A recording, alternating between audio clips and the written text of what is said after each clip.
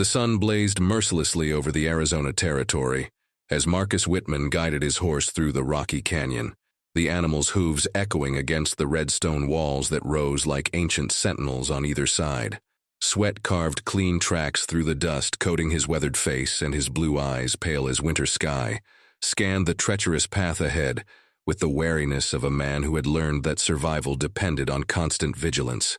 Marcus had been riding for 3 days straight, carrying urgent medical supplies to Fort Verde, where a cholera outbreak threatened to decimate the garrison. As the only qualified physician within 100 miles, he couldn't afford to rest, not when lives hung in the balance.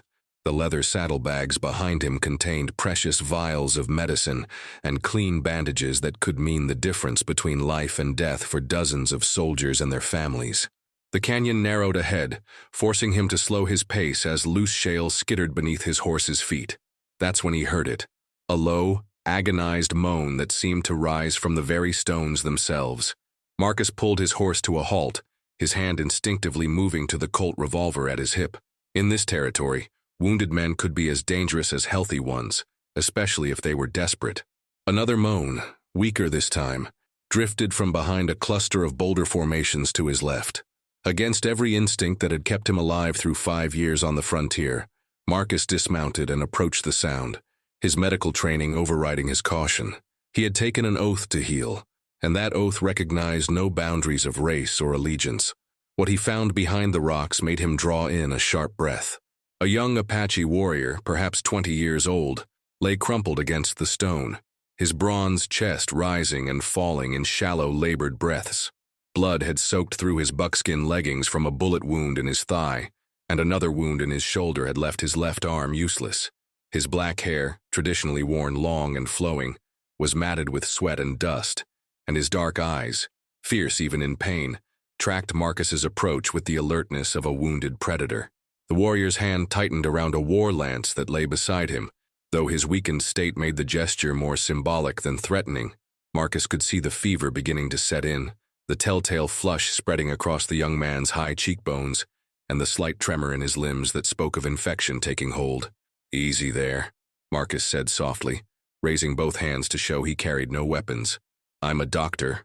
I want to help." The Apache's eyes narrowed with suspicion and confusion. Few white men in this territory spoke with such gentleness to his people, and fewer still would approach a wounded warrior without fear or hostility. His lips moved slightly, forming words in his native tongue that Marcus couldn't understand, but the tone conveyed both wariness and desperate need. Marcus slowly reached for his water canteen, unscrewing the cap with deliberate movements so the warrior could see his intentions. "Water," he said simply, gesturing toward the canteen and then toward the Apache's cracked lips. "Agua."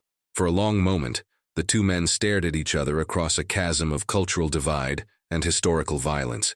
Marcus knew that Apache raiders had terrorized settlements throughout the territory, just as he knew that white soldiers and civilians had committed their own share of atrocities against the native peoples.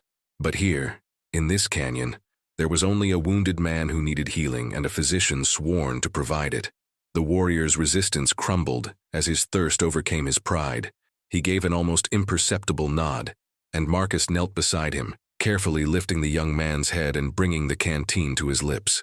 The Apache drank deeply, water trickling down his chin as his dark eyes remained fixed on Marcus's face, searching for any sign of deception or cruelty. "That's it," Marcus murmured, using the same gentle tone he employed with frightened children back in Chicago before the war had brought him west. "Take your time." As the warrior drank, Marcus studied his injuries with a practiced eye. The shoulder wound appeared to be a through-and-through clean but deep. The thigh wound was more concerning. The bullet remained lodged in the muscle, and infection was already setting in around the edges. Without proper treatment, the young man would be dead within days. When the Apache had drunk his fill, Marcus carefully lowered his head back to the ground and began pulling medical supplies from his saddlebags. The warrior watched with growing amazement as Marcus produced clean bandages, a bottle of carbolic acid for disinfection, and a small surgical kit containing instruments that gleamed silver in the harsh sunlight. "I need to clean these wounds," Marcus explained, knowing the warrior couldn't understand his words but hoping his tone would convey his intentions. "It's going to hurt, but it'll save your life." The Apache spoke again in his native language, his voice stronger now that he had been hydrated. Though Marcus couldn't understand the words, something in the warrior's tone suggested gratitude mixed with bewilderment at this unexpected kindness from an enemy.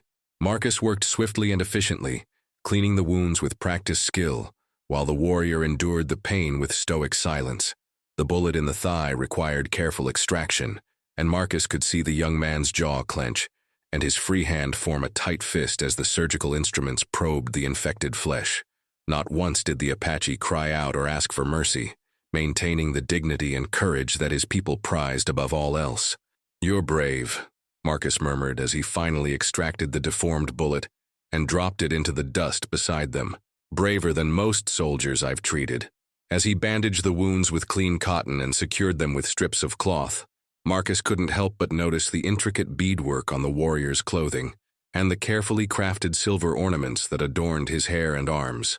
This was not some savage, as the newspapers back east portrayed the Apache, but a young man of obvious intelligence and cultural sophistication, someone's son or brother, or perhaps husband. When the medical treatment was complete, Marcus sat back on his heels and studied his patient.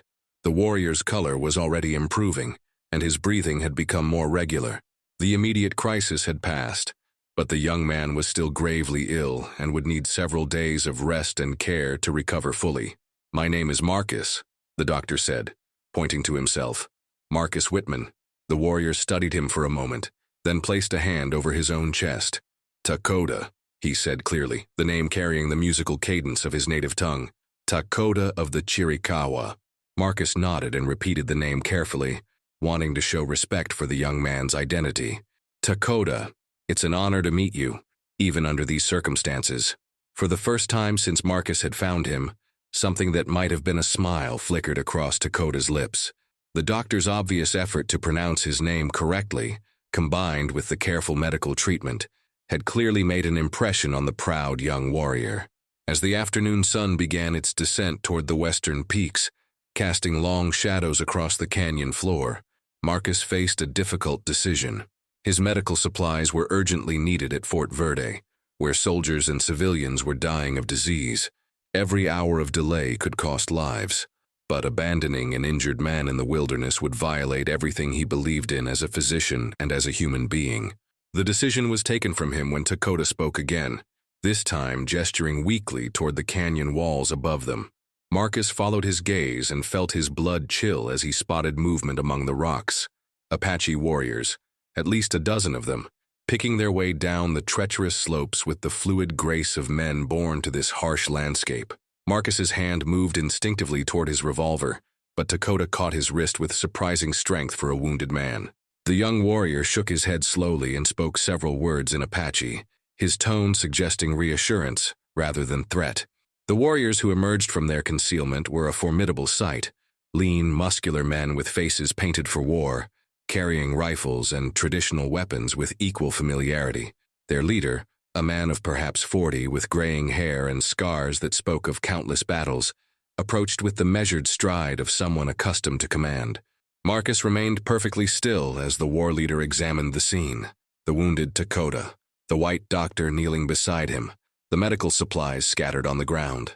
The older Apache spoke rapidly to Takoda in their native language, and Marcus could hear the rising inflection of questions mixed with what sounded like surprise and concern. Takoda responded with obvious effort, his voice weak but steady as he recounted what had transpired. Several times he gestured toward Marcus, and the doctor caught what sounded like expressions of gratitude and respect. The war leader's stern expression gradually softened as he listened to his young warrior's account. When Takoda finished speaking, the war leader approached Marcus slowly, his dark eyes studying the white man with intense curiosity. He spoke several words in Apache, then seemed to realize that Marcus couldn't understand. Switching to heavily accented but clear English, he said, "You give water to dying Chiricahua. You make wounds heal. Why?"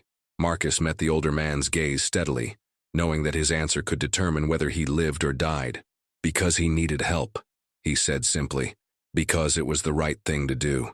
The war leader translated this response for the other warriors, and Marcus heard murmurs of discussion ripple through the group.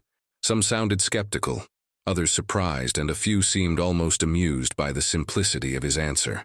"I am Nalnish," the war leader said finally, "war chief of this band. This wounded one is my sister's son, precious to our people. You have shown him honor when you could have left him to die or taken his scalp for bounty. This is unexpected." Marcus inclined his head respectfully. "Nalnish, I am Marcus Whitman, a physician. I was trained to heal, not to harm." Nalnish nodded slowly, processing this information. "You have medicines that heal better than our ways?" "Different medicines," Marcus corrected carefully. "Your people have healing knowledge that my people have forgotten. We both serve the same purpose, to preserve life and ease suffering." This diplomatic answer seemed to please the war chief, who spoke again to his warriors before turning back to Marcus. "Dakota cannot travel for many days. He will die if moved now. You will stay with us. Tend his wounds until he heals." It was not a request but a command, delivered with the quiet authority of a man accustomed to absolute obedience. Marcus thought of the soldiers dying at Fort Verde, of the supplies in his saddlebags that could save their lives. But looking at Dakota's still pale face and the hope in Nalnish's eyes, he found he could give only one answer. "I'll stay," he said quietly. "I'll do everything I can to help him recover." Nalnish studied him for a long moment, then gave a curt nod. "Good.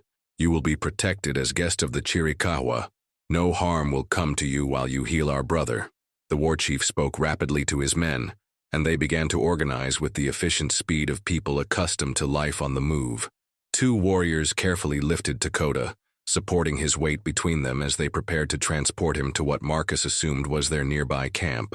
Others gathered his medical supplies with reverent care, clearly recognizing their value and importance. As they prepared to leave the canyon, Marcus found himself walking beside Nalnish, leading his horse through the rocky terrain while the war chief set a pace that accommodated the wounded Dakota.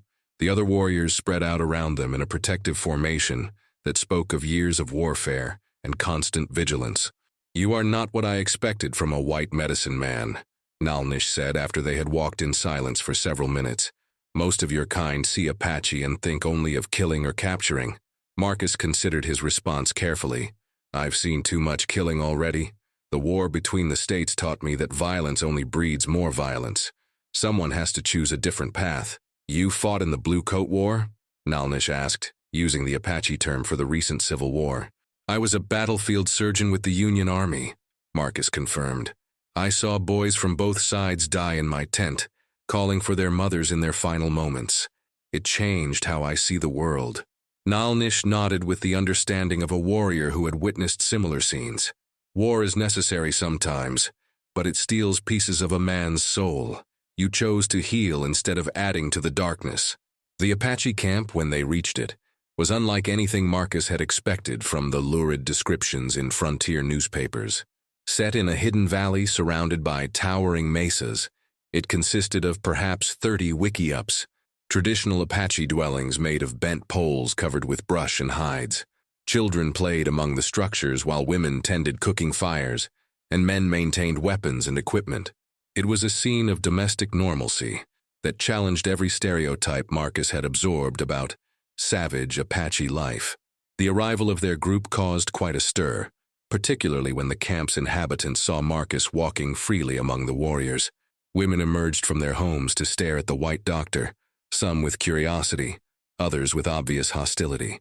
Children peeked out from behind their mothers' skirts, their dark eyes wide with fascination at this unexpected visitor. Dakota was carried to one of the larger wickiups, where several Apache women immediately took charge of his care. Marcus was surprised to see how gently they handled the wounded warrior, their movements speaking of both medical knowledge and deep affection. An elderly woman with silver-streaked hair appeared to be their leader, directing the others with quiet authority as they made Dakota comfortable on a bed of soft furs and woven blankets.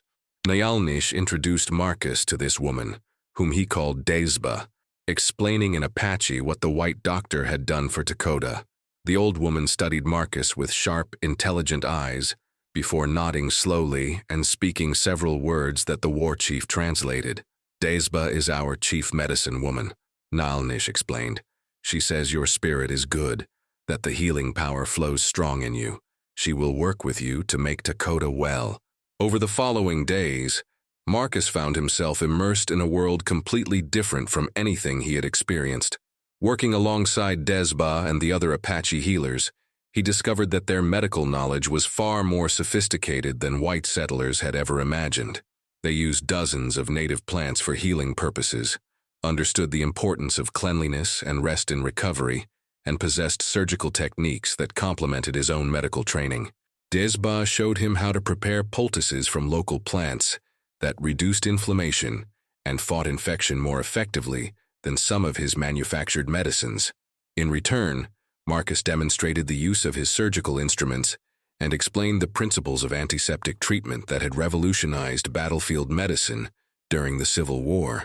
Despite the language barrier, the two healers developed a working relationship based on mutual respect and shared dedication to their patients' recovery. Desba's daughter, a young woman named Ayana, who spoke some English learned from captured settlers, served as their translator and proved to be a gifted healer in her own right. Takoda's recovery progressed steadily under their combined care. The infection in his wounds gradually subsided, his strength returned, and his natural young constitution reasserted itself. During his convalescence, he and Marcus spent long hours talking, with Ayana translating when necessary. The young warrior was eager to learn about the white man's world, while Marcus found himself fascinated by Apache culture and traditions. "My people call you Dr. Whitman now," Takoda said one afternoon as Marcus changed his bandages. "But they also give you Apache name, Goyathle. It means one who gives life back." Marcus felt deeply honored by this gesture of acceptance. "Thank you. That means more to me than any title I've earned in the white world." Takoda smiled, his face now fully recovered from the pallor of near death. "You are not like other white men who come to our land. You see us as people, not animals to be hunted, because that's what you are," Marcus replied simply. "People with families and dreams and fears, just like everyone else." It took coming here to truly understand that. As the days passed, Marcus came to appreciate the complex social structure of the Apache band. Nalnish ruled with wisdom rather than tyranny, making decisions in consultation with other respected warriors and the women of the tribe. Children were treasured and educated in the ways of their people, learning not just warfare and survival skills, but also the rich oral traditions that preserved their history and culture. The camp buzzed with constant activity, men crafting weapons and tools, women preparing food and creating the beautiful beadwork and basketry for which the Apache were famous, children learning the skills they would need as adults.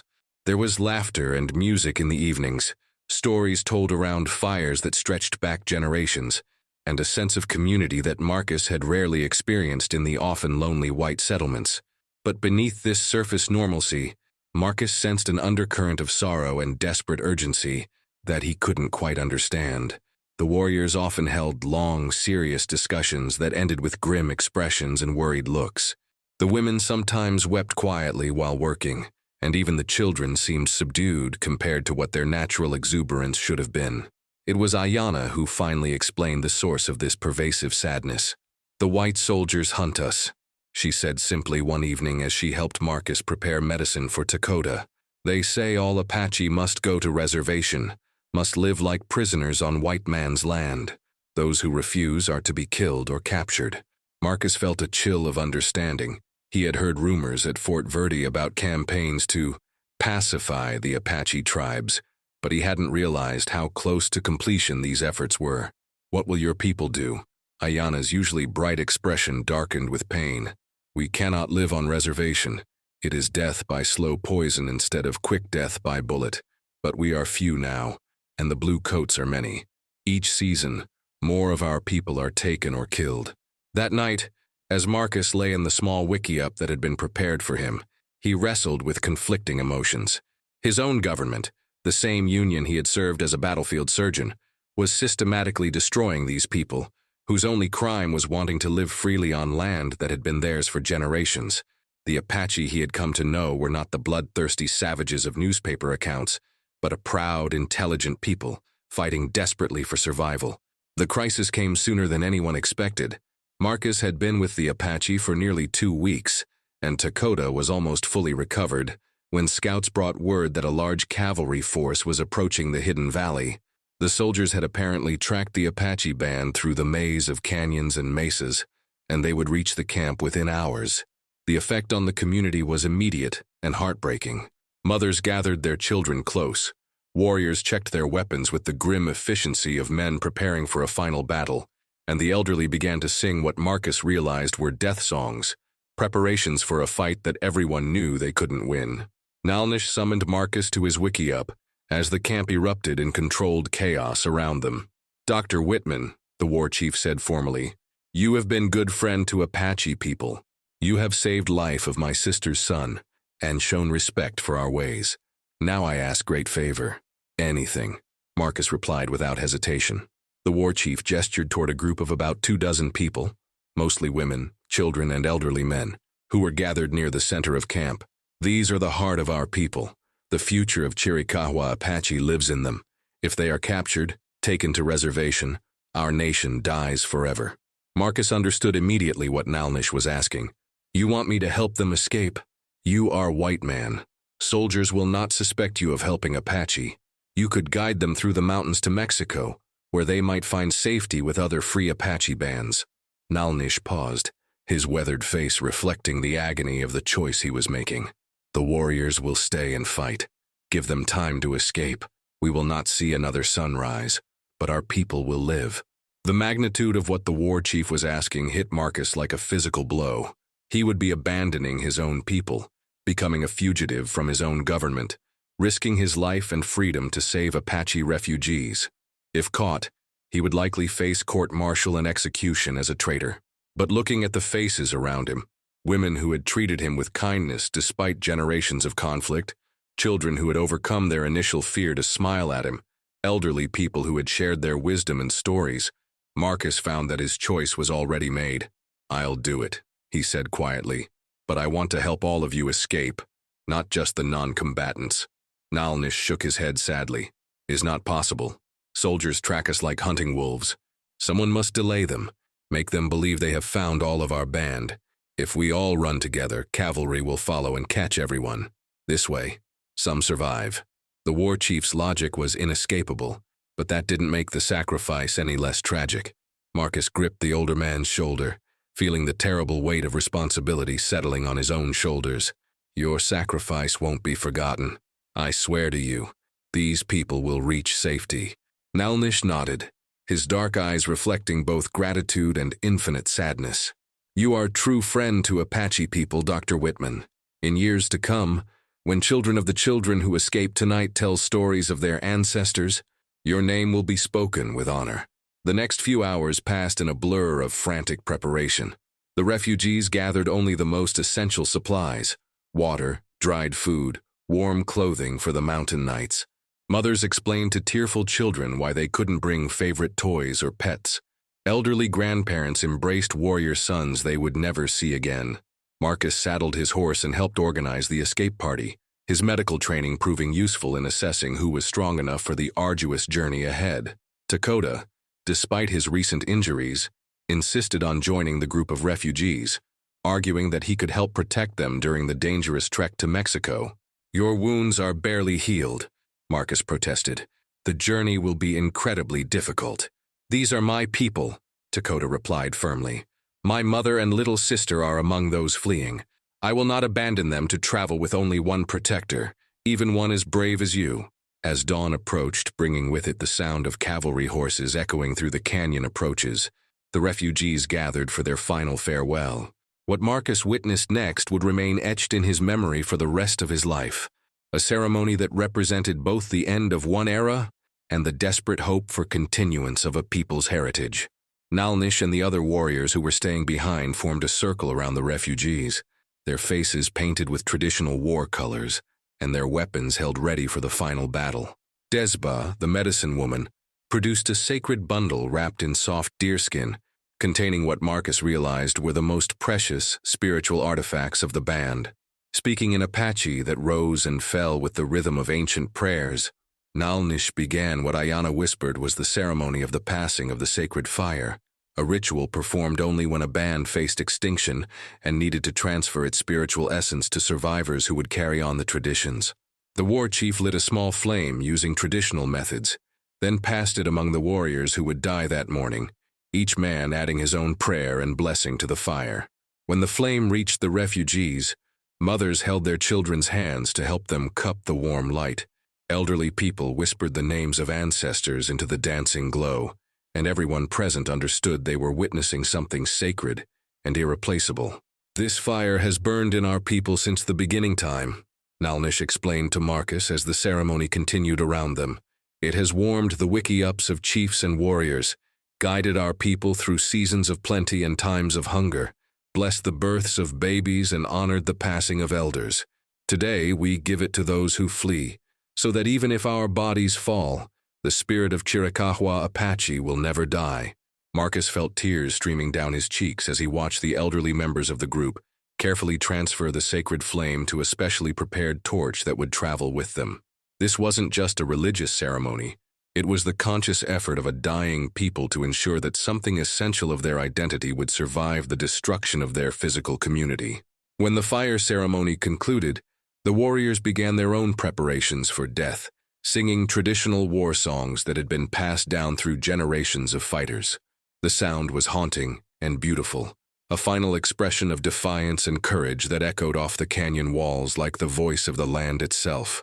Nalnish embraced each of the refugees individually, speaking words of blessing and encouragement. When he reached Marcus, the war chief clasped both of the doctor's hands in his own weathered grip. "You carry more than people now, Dr. Whitman," he said solemnly.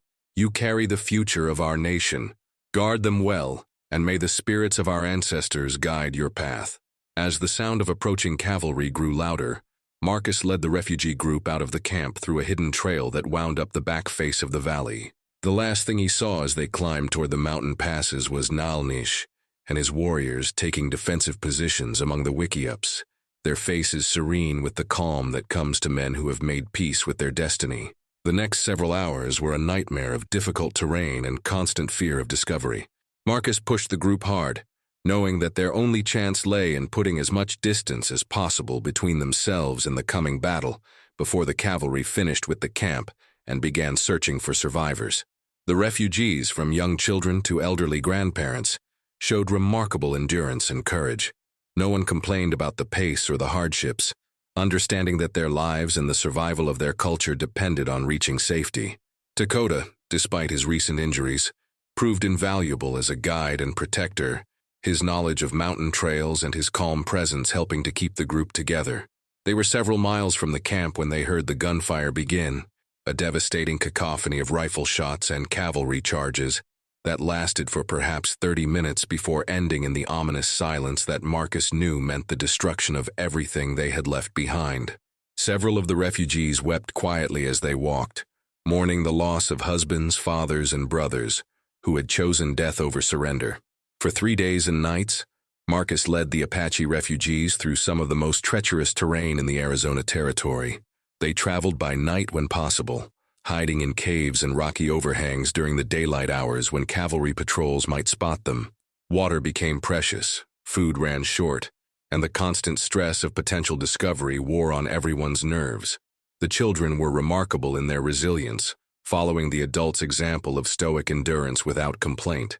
The elderly members of the group, despite their physical limitations, contributed wisdom about reading the landscape and predicting weather patterns that proved invaluable for survival. The women took turns carrying the sacred fire, ensuring that the spiritual heart of their people continued to burn, despite the physical destruction of their homeland.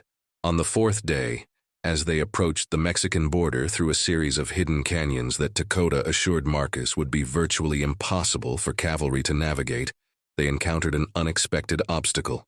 A group of Mexican bandits had made camp in the very canyon they needed to traverse, effectively blocking their path to safety. Marcus counted at least 15 armed men, all hardened criminals who would likely kill the Apache refugees for sport, or sell them to slave traders operating along the border. There was no way around the bandits' position, and the group was too exhausted and vulnerable to survive a lengthy detour. "What do we do?" Ayana asked quietly, as they observed the bandit camp from a concealed position among the rocks above the canyon floor. Marcus studied the situation with the same analytical mind he had applied to battlefield surgery during the war. The bandits were well armed but appeared undisciplined, some drunk on tequila despite the early hour. Their camp was positioned to control the canyon, but they clearly hadn't expected anyone to approach from the high ground above them. "I have an idea," Marcus said finally, "but it's dangerous and it depends on these bandits being as greedy as they appear to be." He explained his plan to Dakota and Ayanna, who translated for the rest of the group. The refugees listened in silence, their faces reflecting both fear and determination. When Marcus finished speaking, Nalnish's sister, an elderly woman named Nasha, who had emerged as the spiritual leader of the survivors, spoke several words in Apache. She says, Ayanna translated, that her brother and the other warriors died so we could live free. She will not dishonor their sacrifice by surrendering to bandits. If this plan fails and we die fighting, at least we die as Apache. Marcus felt a surge of admiration for these remarkable people who had endured so much, and yet refused to abandon their dignity or their courage. "Then we do this together," he said simply.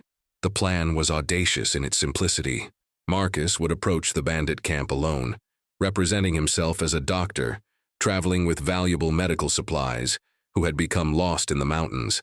While he distracted the bandits with negotiations to purchase safe passage, Dakota and several of the younger Apache would work their way into position above the canyon, ready to create a diversion that would allow the refugees to slip through undetected. As Marcus rode down into the canyon, his hands visibly empty of weapons and his medical bag prominently displayed, he forced himself to project the confidence of a man who had no fear of the cutthroats who emerged from their camp to confront him. The bandit leader, a scar-faced giant with gold teeth and expensive-looking weapons, studied the approaching doctor with obvious suspicion and greed. "Buenos dias, senor," the bandit leader called out in accented English, his hand resting on the grip of a pearl-handled pistol. "You seem to be very lost, eh? This is dangerous country for a man traveling alone." "I'm Dr. Marcus Whitman," Marcus replied, dismounting and approaching with the calm confidence he had learned to project in military hospitals when dealing with difficult patients. "I'm carrying medical supplies to treat a cholera outbreak at a mining camp south of here. I'm afraid I've become rather turned around in these canyons." The mention of valuable medical supplies caused a visible stir among the bandits, who exchanged meaningful glances at the prospect of sellable goods. The leader's grin revealed those gold teeth in all their gaudy glory. "Ah, a doctor. How fortunate for us," he said with mock courtesy. "I am Joaquin Morales, and these are my associates. We control passage through this canyon, Senor Doctor. There is a fee for safe passage. Let us say half of whatever you carry." Marcus had expected this opening gambit and was prepared for it. "I'm afraid that's impossible, Senor Morales. These medicines are desperately needed to save lives. However, I could offer you something even more valuable, my services as a physician. I notice several of your men appear to be suffering from various ailments that I could treat in exchange for passage." This was indeed true. Marcus's trained eye had spotted signs of infection, malnutrition, and untreated injuries among the bandits that would eventually kill them if left unaddressed. The appeal to their self-interest proved effective, as several men unconsciously touched wounds or sore spots while their leader considered the offer. While Marcus negotiated with the bandits, drawing their attention and keeping them focused on the potential profit from his medical skills, Dakota and his companions moved like shadows through the rocks above the canyon. The young Apache warrior, despite his recent injuries, demonstrated the incredible stealth and agility that had made his people such formidable opponents in warfare. The diversion, when it came, was perfectly timed and executed. A series of rocks tumbled down the canyon wall, followed by what sounded like a cavalry bugle, echoing from somewhere among the peaks. The bandits immediately assumed they were about to be attacked by soldiers and scrambled for defensive positions, forgetting all about their negotiations with the doctor. In the confusion that followed, Marcus slipped away from the bandit camp, while the refugees moved swiftly but silently through the canyon, following paths that Dakota had scouted during his reconnaissance. The sacred fire, carefully protected in its traveling torch, passed safely through the heart of danger, while the bandits fired wildly at shadows among the rocks. By the time Joaquin and his men realized they had been deceived, the Apache refugees were already miles beyond the canyon, heading toward the border with freedom finally within their grasp. Marcus, reunited with the group at a predetermined meeting point, felt a surge of relief and admiration for the courage and skill that had made their escape possible. "That was incredible," he told Dakota, as they resumed their journey toward Mexico. "You and your people moved like ghosts." The young warrior smiled, but there was sadness beneath his pride. "We are taught from childhood to move without disturbing even the grass beneath our feet. It is skill born from generations of being hunted." As they crossed into Mexico that evening, the refugees gathered for another ceremony, this one to thank the spirits for their deliverance and to honor the memory of those who had died to make their freedom possible. The sacred fire was kindled into a larger blaze, and each person added something to the flames: a prayer, a memory, a promise to remember and honor their heritage. Marcus watched this ceremony with deep emotion, understanding that he was witnessing something rare and precious: the conscious preservation of a culture by people who refused to let it die, despite overwhelming forces arrayed against them. These survivors would carry forward the traditions, stories, and spiritual practices of their people, ensuring that the sacrifice of Nalnish and his warriors would not be in vain. Nasha approached Marcus as the ceremony concluded, her weathered hands holding a beautiful piece of Apache jewelry, a silver pendant carved with traditional symbols and set with turquoise stones that seemed to capture the color of the southwestern sky. "She says this belonged to her grandmother and her grandmother's grandmother before that," Ayana translated as the elderly woman pressed the pendant into Marcus's hands. "She wants you to have it as a symbol of the bond between our peoples, proof that sometimes enemies can become family through acts of courage and compassion." Marcus accepted the gift with profound humility, understanding that he was being entrusted with something far more valuable than mere jewelry.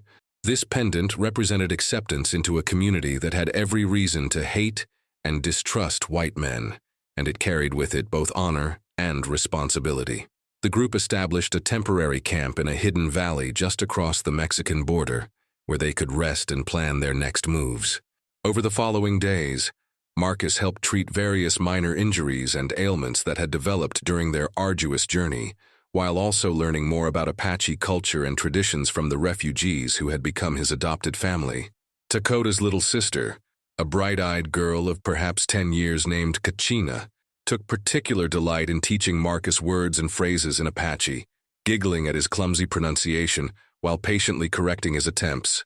Her mother, a widow named Cholena, shared stories of Apache history and legend that helped Marcus understand the deep spiritual connection his new friends felt to the land they had been forced to abandon. "Our people believe that every stone, every tree, every stream has a spirit," Cholena explained one evening as they sat around the fire. "The land is not something we own, but something we are part of, like children are part of their mother. When the white soldiers force us from our homeland, they are tearing us away from the source of our spiritual strength." Marcus nodded, beginning to understand the profound tragedy of what he had witnessed. "No wonder your people fought so hard to stay.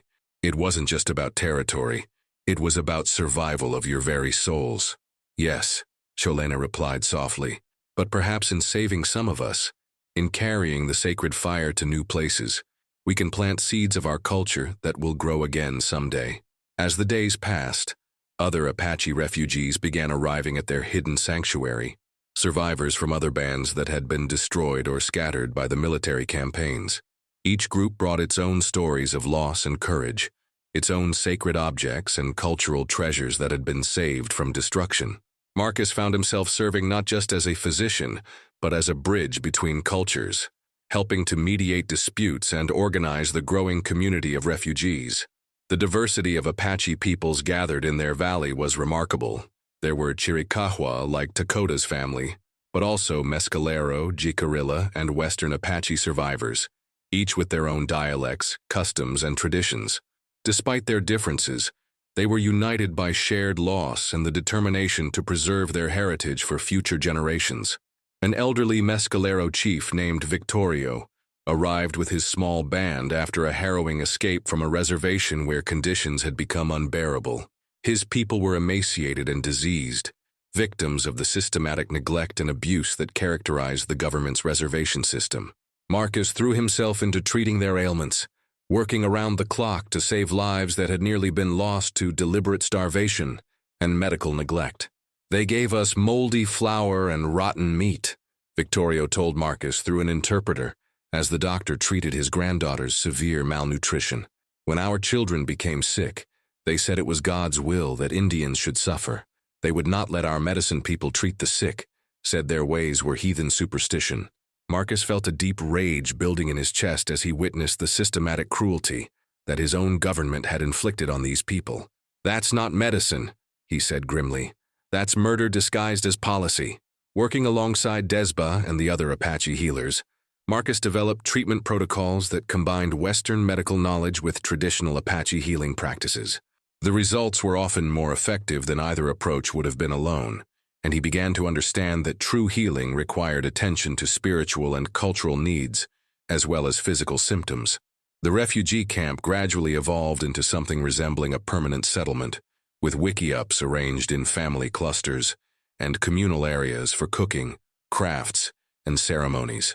Children who had been traumatized by violence and displacement began to laugh and play again as they found security in the growing community. Adults took up traditional occupations, basket weaving, tool making, storytelling, that helped maintain cultural continuity despite their exile.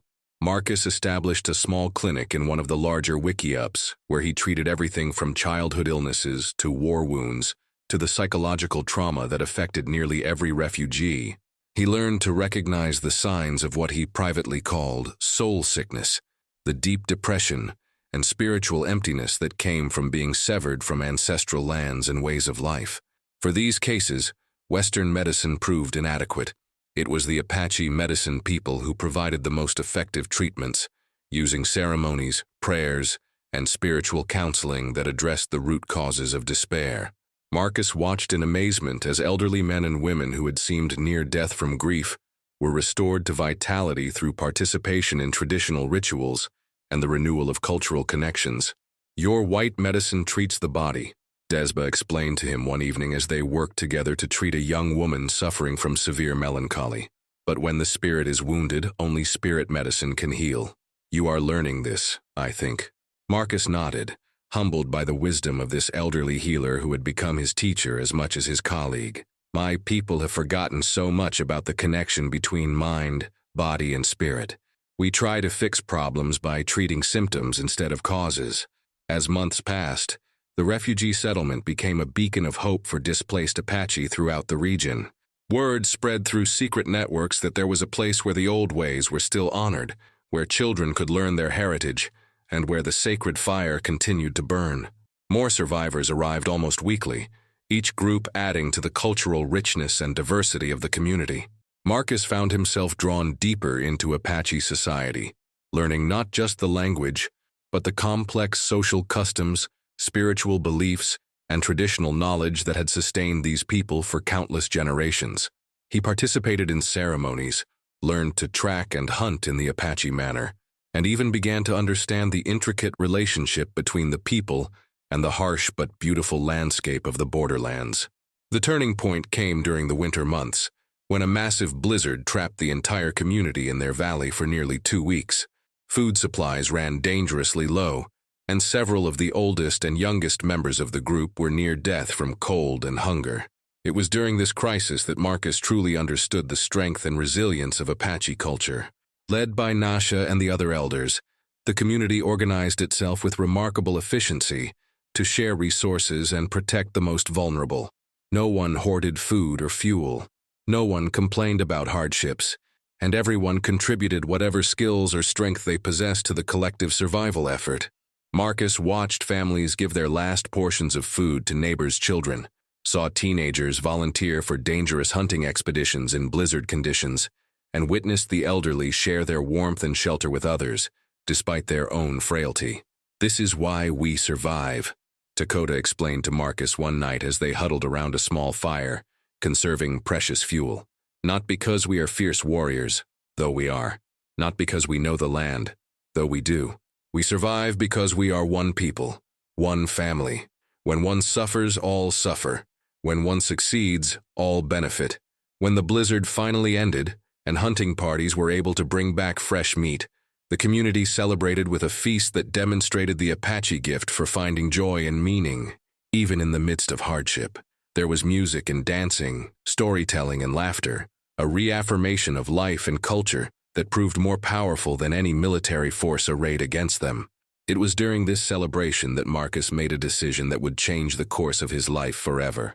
Standing before the assembled refugees, he spoke in halting but improving Apache, then repeated his words in English for those who needed translation.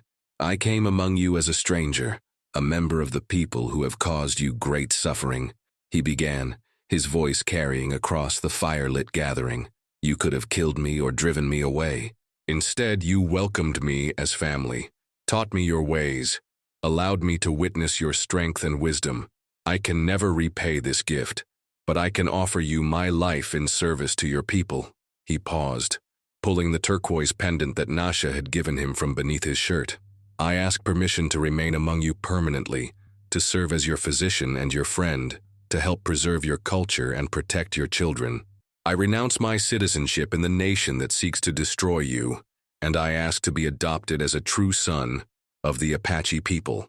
The response was immediate and overwhelming. Men and women who had lost everything, their homes, their families, their ancestral lands, wept openly at this gesture of solidarity and commitment. Children who had been taught to fear and hate white men ran to embrace this pale-skinned doctor who had chosen to cast his lot with their people. Nasha stood slowly, her aged frame supported by a walking stick carved with traditional symbols. She spoke in Apache, her voice carrying the authority of generations of spiritual leadership. "She says," Ayana translated with tears in her eyes, "that the spirits have spoken through you tonight. They told her in dreams that a white man would come who would help save our people, who would carry our stories to future generations, and ensure that our children's children would know who they are. She says you are that man, and she formally adopts you as her grandson, with all the rights and responsibilities that entails." The adoption ceremony that followed was unlike anything in Marcus's previous experience. It involved ritual purification, the sharing of sacred smoke, and the recitation of genealogies that traced Apache families back through countless generations. When it concluded, Marcus was no longer Dr. Marcus Whitman, white physician from Chicago. He was Goyathle, adopted son of the Chiricahua Apache, keeper of the sacred fire and protector of his people. The transformation was more than symbolic. Over the following months, Marcus threw himself into learning everything he could about Apache culture, history, and traditional knowledge. He learned to craft traditional tools and weapons, to read the subtle signs that revealed the presence of game or the approach of enemies, to participate in religious ceremonies that connected the people to their ancestors and their land. But he also used his unique position to serve as an advocate and intermediary for his adopted people. His medical training and his ability to move freely in white society made him invaluable for gathering intelligence about government policies and military movements. He established contacts with sympathetic officials and journalists, gradually building a network of support for Apache rights and welfare. The most important of these contacts was Major John Bourke, a career cavalry officer who had come to question the morality of the Indian Wars after witnessing the devastating effects of military campaigns on non-combatant populations. Bourke secretly met with Marcus on several occasions, sharing information about planned operations and helping to coordinate humanitarian aid for Apache refugees. "What we're doing to these people is wrong," Bourke told Marcus during one clandestine meeting in a remote canyon. "I've seen too many women and children killed, too many elders starved to death on reservations, too many proud warriors driven to desperation. If there are men of conscience working to help them, I want to be part of that effort." Through Bourke and other sympathetic contacts, Marcus was able to warn Apache bands about impending military operations, arrange for medical supplies to reach refugee communities, and even negotiate safe passage for some groups seeking to escape to Mexico or Canada. It was dangerous work that could have resulted in charges of treason against both men, but they felt morally compelled to act. The refugee settlement in Mexico continued to grow and evolve, becoming a center of Apache cultural renaissance despite, or perhaps because of, its precarious position. Children who had been born in exile learned traditional crafts, languages, and spiritual practices from elders who carried the accumulated wisdom of generations. Young adults formed marriages that crossed tribal boundaries, creating new kinship networks that strengthened the community's cohesion. Marcus established a school where Apache children learned both traditional knowledge and practical skills that would help them navigate the changing world around them. They studied Apache history and legends, alongside mathematics and English, learned traditional hunting and gathering techniques, as well as farming and animal husbandry. The goal was to prepare them to preserve their culture while adapting to new circumstances and challenges. The school's most successful innovation was the Oral History Project, where elders worked with younger community members to record traditional stories, songs, and historical accounts. Marcus provided written transcription services, creating the first comprehensive written record of Chiricahua Apache culture and traditions. These documents were carefully preserved and hidden, representing an invaluable cultural treasure that could help future generations reconnect with their heritage. As years passed, the Mexican government's attitude toward the Apache refugees became increasingly hostile due to pressure from the United States. Border patrols increased, and several smaller Apache camps were raided by Mexican forces acting in cooperation with American cavalry units. It became clear that their sanctuary was no longer secure, and the community faced the terrible prospect of having to move again. The decision to relocate came after scouts brought word that a large combined force of American and Mexican troops was preparing a coordinated assault on Apache settlements throughout the border region. The refugees had perhaps a week to abandon their carefully built community and seek safety elsewhere. This time, however, they were not fleeing as desperate survivors, but as an organized community with resources, allies, and a clear vision of their future. The years in Mexico had allowed them to recover their strength, preserve their culture, and develop new strategies for survival in a hostile world. Marcus proposed a bold plan that would take the community far from the reach of both American and Mexican authorities. A journey to the Sierra Madre Mountains of western Mexico, where scattered Apache bands had maintained their independence for decades. The terrain was so rugged and inaccessible that military forces had never been able to establish permanent control, making it an ideal refuge for people seeking to live according to traditional ways. The logistics of moving nearly 200 people, including many children and elderly individuals, across hundreds of miles of dangerous territory seemed almost impossible. But the community had learned valuable lessons about organization, resource management, and collective decision-making during their years of exile. Working groups were formed to handle different aspects of the migration: scouting routes, organizing supply caches, coordinating with other Apache bands, and maintaining security during the journey. The departure from their Mexican refuge was both heartbreaking and hopeful. These people were leaving behind the first real home they had known since being driven from their ancestral lands, abandoning gardens they had planted, structures they had built, and graves of community members who had died in exile. But they were also embarking on a journey toward greater freedom and security, carrying with them the preserved culture and strengthened identity that would sustain them in whatever challenges lay ahead. Marcus rode at the head of the column alongside Dakota, who had become his closest friend and brother, in all but blood. Behind them stretched a procession that represented the unbroken spirit of the Apache people, survivors who had refused to surrender their heritage despite overwhelming pressures to assimilate or disappear. "Do you ever regret your choice?" Dakota asked as they paused on a high ridge to look back at the valley they were leaving. "You could have returned to your own people, lived a comfortable life as a respected doctor. Instead, you chose exile and hardship with us." Marcus considered the question carefully, thinking of the life he had abandoned and the one he had chosen in its place. "I've learned something important during my time with your people," he said finally. "Home isn't a place. It's the people you choose to share your life with, the values you live by, the community you help to build. I found my true home among the Apache, and I wouldn't trade that for all the comfort and respectability in the white world." The journey to the Sierra Madre took 3 months of careful travel through terrain that ranged from desert wasteland to high mountain passes. The community moved in small groups to avoid detection, using traditional Apache knowledge of the landscape to find water, food, and shelter in places where pursuing cavalry would struggle to survive. Along the way, they encountered other Apache bands who had maintained their independence in remote strongholds throughout northern Mexico.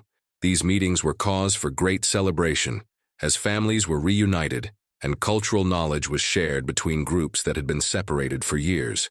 The growing community represented a cross-section of Apache peoples, Chiricahua, Mescalero, Jicarilla, and others, united by shared experience and common determination to preserve their way of life. The final destination was a hidden valley deep in the Sierra Madre, accessible only through a narrow canyon that could be easily defended against intruders. The valley contained everything needed for a permanent settlement: fresh water, fertile soil, abundant game, and natural defenses that had kept it hidden from outside eyes for generations. But more important than its physical advantages was what the valley represented: a place where Apache people could live according to their traditional values, while adapting to changing circumstances, where children could grow up learning their heritage without fear of persecution, where the sacred fire could burn freely, and the old ways could be preserved for future generations. The establishment of the new community required all the skills and knowledge the refugees had accumulated during their years of exile. Houses were built using a combination of traditional Apache techniques and practical innovations developed during their wandering. Gardens were planted with both native food plants and crops adapted from other cultures. A comprehensive defense system was established to protect the community from potential threats. Marcus established a new clinic and continued his work documenting Apache culture and history. But his most important contribution was serving as a bridge between the Apache community and the outside world, maintaining contacts that could provide early warning of threats and access to needed supplies and information.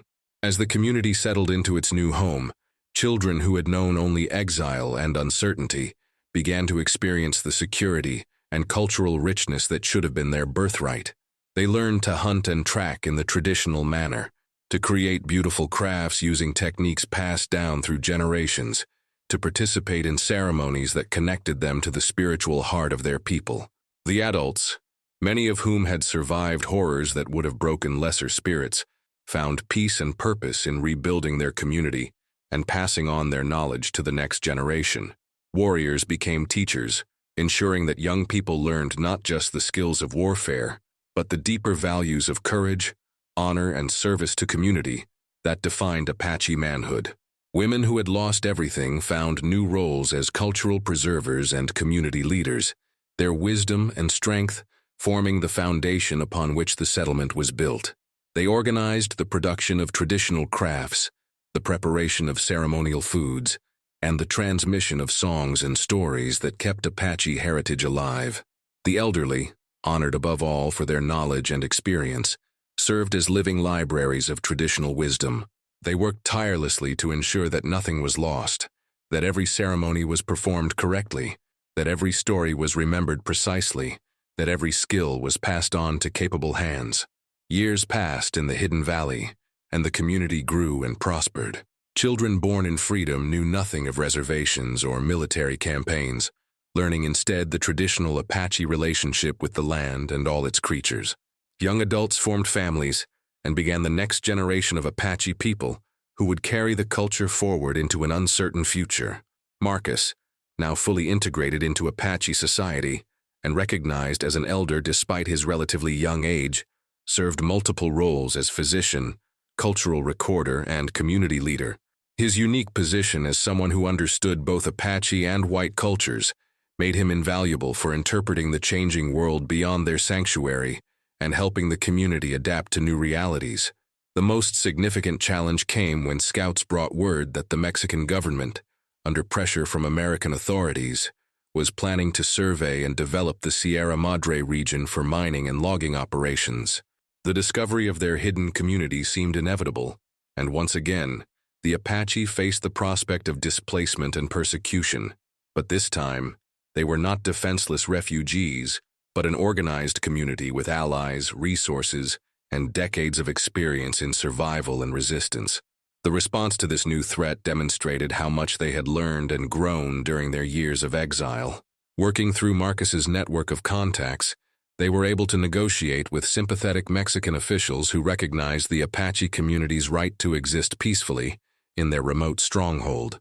A formal agreement was reached that granted the Apache limited autonomy in exchange for serving as guardians of the wilderness region, protecting it from illegal mining and logging operations. This arrangement represented a revolutionary development in Apache government relations, the first time that any governmental authority had recognized Apache rights to self-determination and cultural preservation.